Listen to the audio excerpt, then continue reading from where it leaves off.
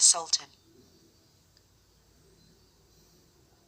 Long ago, in the city of Baghdad, there lived a man named Sinbad the Hamal. He made his living by lugging around heavy objects on his head. In short, he was a porter, as hard-working as he was poor. One exceedingly hot and dusty day, he was weary and sweating, and not sure if the heat or his load was causing him the most trouble. He staggered past the entrance of a wealthy merchant's house. The sight of a bench by the gates was so tempting that he could not resist setting down his load and sitting down for a while. As he rested, he felt a pleasant breeze and heard the sound of a lute playing and light voices full of laughter and song. He stood up and pushed the gates open slightly. As he peeked through them, he saw a garden full of flowers and servants carrying all sorts of rich and delicate meats. The delicious aroma greeted his nostrils and filled him with hunger. As he stood there, he recited some lines. Each morn that dawns I awake in pain and woe. I pick up my load and off to work I go, while others live in comfort and delight, with pretty song, good food and laughter light. All living things were born in their birthday suit, but some live like lords and others like brutes. At thee, O God all-wise, I dare not to rail, whose creation is just, and whose justice cannot fail. When Sinbad the porter had finished his verse, he picked up his heavy crate and started to move off.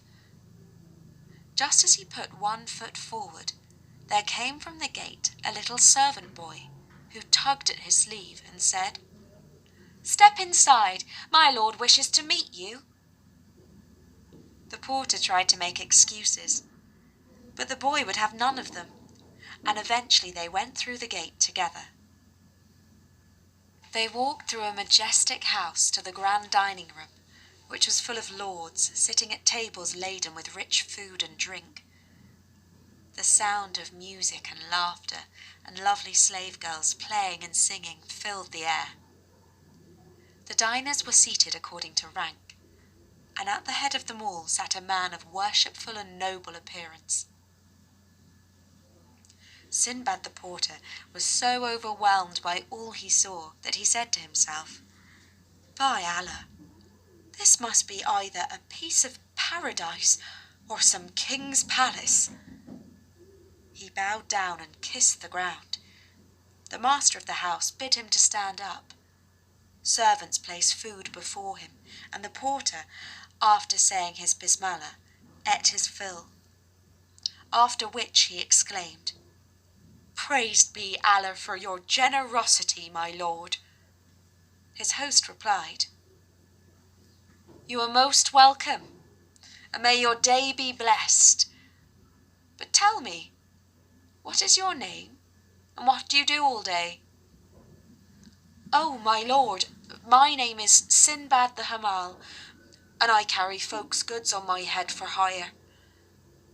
The master of the house smiled and said, "Now, if you will be so kind, let me hear those verses that you recited outside the gate of my house." The porter blushed, because he did not wish to repeat the lines about injustice among such wealthy and fortunate company. "By Allah, excuse me," he exclaimed. "Poverty and hardship have given me boorish ways." "Tish, tish, do not be ashamed," said the Lord, "but say them again, for they pleased me when I heard you speak them at the gate."